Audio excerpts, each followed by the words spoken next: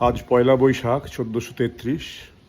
আজকের দিনে নীলকণ্ঠ ফেরিওয়ালার প্রথম নিবেদন একটি কবিতা, নাম বৈশাখ। বারে বারে তুমি পোড়াতে এসেছ, দগ্ধ করেছ মোহে, তাও দেখো আমি পুড়িনি তো আজও, তেজিয়ান মনে দেহে। বার বার তুমি দাবানল হয়ে পুড়িয়েছ স্বপ্নকে, জন্মেছি আমি শত শতবার নতুন সূর্যালোকে। বারে বারে তুমি মৃত্যুর রূপে দাঁড়িয়েছ রুধে পথ, আমি বারবার পাঠ করে গেছি আমার চির শপথ। থামবে না এই অশ্বমেধের যজ্ঞের আয়োজন, পারবে না তুমি দগ্ধ করতে আমার আহুত মন।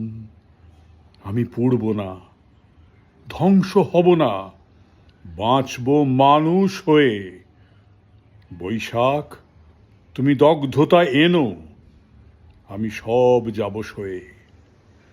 ভালোবেসে যাব, সইব আঘাত, কণ্ঠে বিষের ঢল, বৃষ্টি নামাবো বলরাম হয়ে, ধরব লাঙল হল।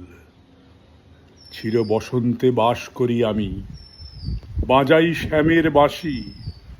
বৈশাখ তুমি এসো বারবার, তোমাকেও ভালোবাসি।